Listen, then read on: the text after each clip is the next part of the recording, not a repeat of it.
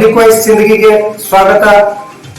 ರಾಜಕೀಯ ಉದ್ದೇಶಗಳಿಗಾಗಿ ಮುಸ್ಲಿಂ ಧರ್ಮಗುರುಗಳು ಮತ್ತು ಸಮುದಾಯದ ನಾಯಕರನ್ನು ಗುರಿಯಾಗಿಸುವುದನ್ನ ನಿಲ್ಲಿಸಿ ಎಂಬ ಶೀರ್ಷಿಕೆಯಡಿ ಆಲ್ ಇಂಡಿಯಾ ಇಮಾಮ್ ಕೌನ್ಸಿಲ್ನ ಕಾರ್ಯಕರ್ತರು ಸಿಂದಗಿಯ ಡಾಕ್ಟರ್ ಭೀಮರಾವ್ ಅಂಬೇಡ್ಕರ್ ವೃತ್ತದಲ್ಲಿ ಇಂದು ಪ್ರತಿಭಟನೆಯನ್ನ ನಡೆಸಿದರು. ಮೌಲಾನಾ ಕಲೀಂ ಸಿದ್ದಿಕಿ, ಮೌಲಾನಾ ಉಮರ್ ಗೌತಮ್ ಹಾಗೂ ಮುಫ್ತಿ ಜಹಾಂಗೀರ್ ಕಾಶ್ಮೀ ಮತ್ತು ಇತರರನ್ನ ಮೀರತ್ನಿಂದ ಮುಜಫರ್ ನಗರಕ್ಕೆ ಪ್ರಯಾಣ ಬೆಳೆಸುವಾಗ ಮಾರ್ಗ ಮಧ್ಯದಲ್ಲಿ ತಡೆದು ಪೊಲೀಸರು ಅವರನ್ನ ಅಕ್ರಮವಾಗಿ ಬಂಧಿಸಿದ್ದು, ಕೂಡಲೇ ಅವರನ್ನ ಬಿಡುಗಡೆಗೊಳಿಸಿ ಅವರ ಮೇಲೆ ಹೊರಿಸಿದಂತಹ ಸುಳ್ಳಾರೋಪವನ್ನು ಹಿಂಪಡೆಯಬೇಕೆಂದು ಒತ್ತಾಯಿಸಿದರು.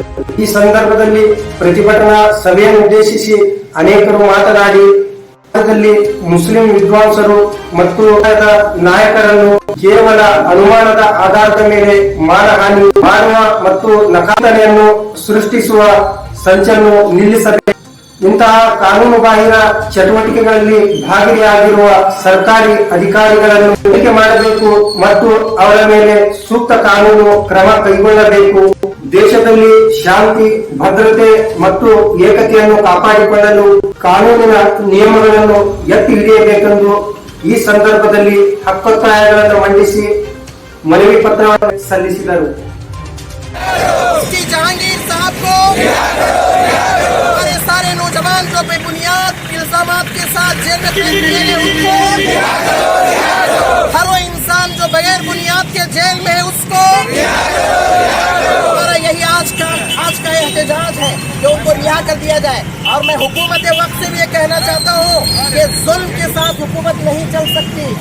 फिर एक बार हम हुकूमत वक्त से कहते हैं कि मौलाना कलीम सिद्दीकी साहब को, मौलाना कलीम सिद्दीकी साहब को, उमर गौतम साहब को, जहांगीर साहब को, तमाम नौजवानों को। India is a secular country and we live here together and we all have the rights to freedom of speech, freedom of expression. And in this country is not a religious country. It is not based on any religious. We have the right to accept any religion, but we must respect to others. Religion is our personal matter, but India and democracy is our collective matter. We must respect to others. And right now the protest is going on here on the release of Maulana Kaleem Siddiqui Sahab and some others, those who have been arrested illegally, and those who have arrested them, they don't have any kind of proof and any kind of evidence.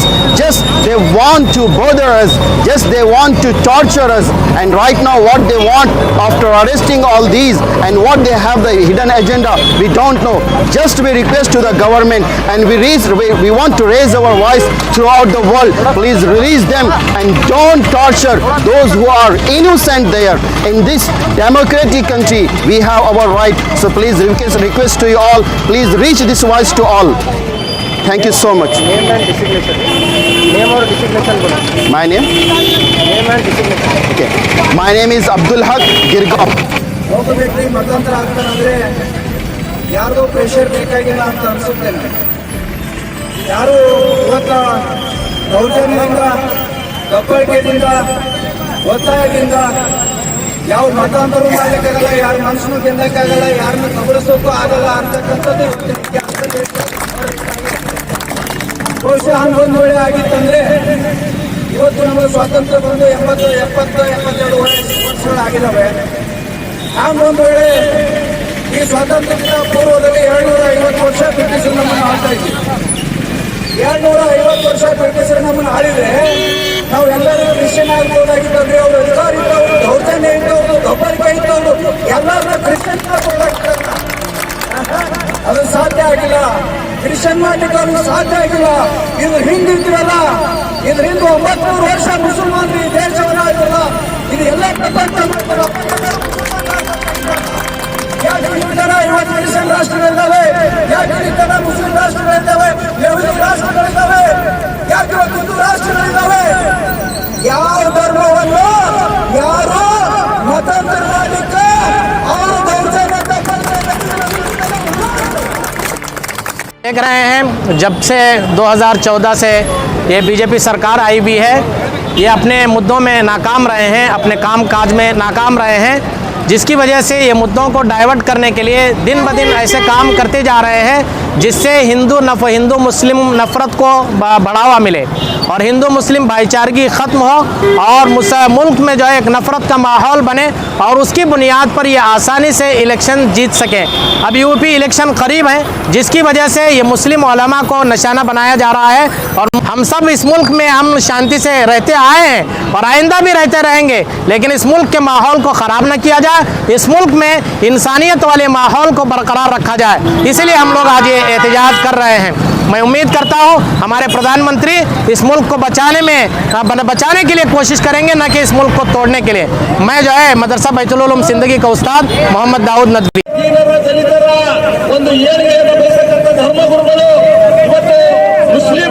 ಇಸ್ಲಾಂ ಕಮಿಟಿಯಲ್ಲಿ ಅವರನ್ನು ಮೌಲಾನ ಅಂತ ಕರಿತಾ ಇದ್ದೀವಿ. ಇವತ್ತು ಉತ್ತರ ಪ್ರದೇಶದಲ್ಲಿ ಆ ಮೌಲಾನಗಳನ್ನ ನೀವು ಉದ್ದೇಶಪೂರ್ವಕವಾಗಿ ಅದು ಮತಾಂತರವನ್ನ ಮಾಡ್ತಾ ಇದ್ದೀರಿ. ಜನರನ್ನ ದಬ್ಬಾಳಿಕೆ ಮಾಡಿ ನೀವು ಮತಾಂತರ ಮಾಡ್ತಾ ಇದ್ದೀರಿ. ಜನರನ್ನ ನೀವು ಅಂಜಿಸಿ ನೀವು ಮತಾಂತರ ಮಾಡ್ತೀರಿ ಅಂತಕ್ಕಂಥ ಒಂದು ಷಡ್ಯಂತ್ರ ರೂಪಿಸಿ ಇವತ್ತು ಒಬ್ಬ ಧರ್ಮಗುರುವಲ್ಲ ಅನೇಕ ಧರ್ಮಗುರುಗಳನ್ನ ನಾಗರಿಕರನ್ನ ಇವತ್ತು ಬಂಧನದಲ್ಲಿಟ್ಟು ಏಕಚಕ್ರಾಧಿಪತ್ಯ ಬರ್ತಕ್ಕಂಥ ಈ ಭಾರತ ದೇಶದ ಆಡಳಿತ ವ್ಯವಸ್ಥೆಗೆ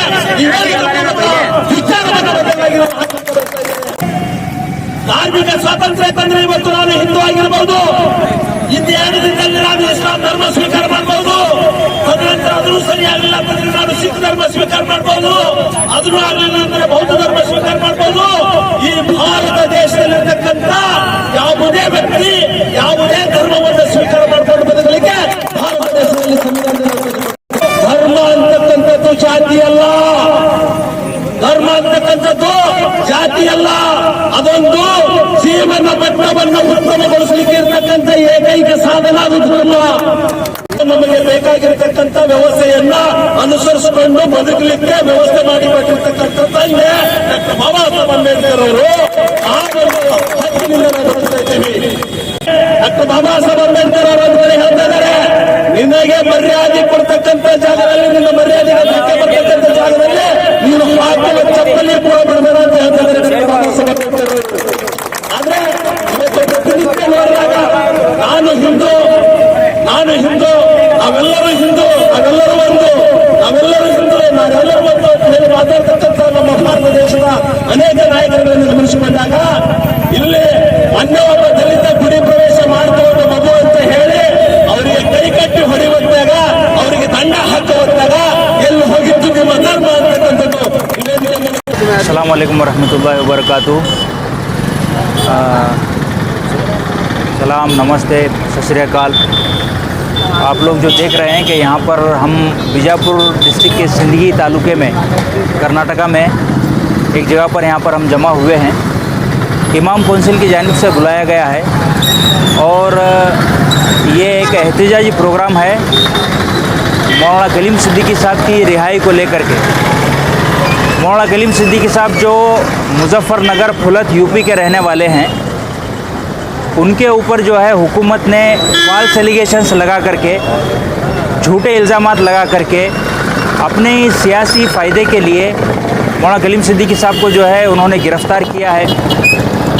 हम उसके ख़िलाफ़ में यहाँ पर एहतजाज कर रहे हैं और हम ये बताना चाहते हैं कि जो मौलाना कलीम सिद्दीकी साहब को जो गिरफ़्तार किया गया है वो बिल्कुल जो है कानून के ख़िलाफ़ है और उन पर जो इल्ज़ामात लगाए गए हैं वो बिल्कुल झूठे इल्ज़ामात हैं, यानी ज़बरदस्ती दूसरों को जो है धर्म परिवर्तन कराने का काम कर रहे हैं। कोई भी शख्स, चाहे वो हिंदू हो या मुसलमान हो, सिख हो, ईसाई हो, कोई भी हो, अगर अपनी मर्ज़ी से वो अपना जो है मज़हब और धर्म जो है दूसरा तब्दील कर सकता है।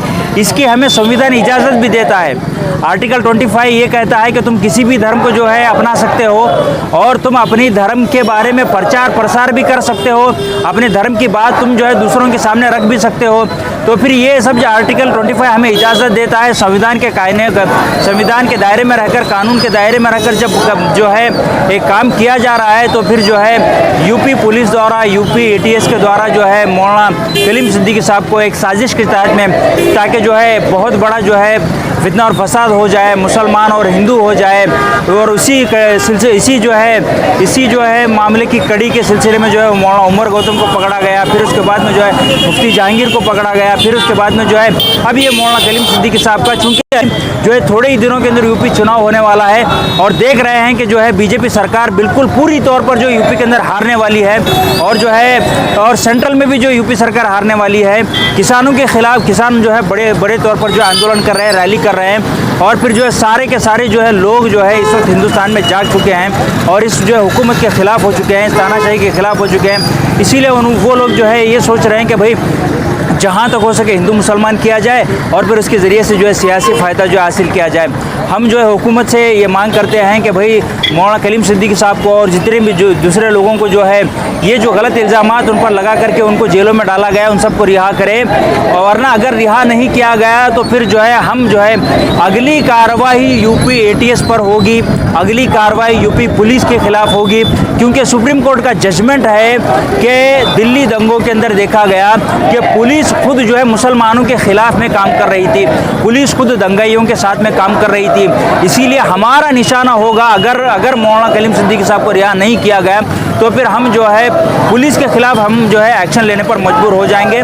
इसीलिए हुकूमत से गुजारिश है कि मौलाना की रिहाई के लिए जल्द से जल्द जो है फरमान जारी करे। इसी पर मैं अपनी बात को ख़त्म करता हूँ। आखिर दावाना अल्हम्दुलिल्लाह रब्बिल आलमीन। मेरा नाम मोहम्मद शोएब है और मैं यहाँ पर सिंध की जमीयत उलमा का जो है नायब।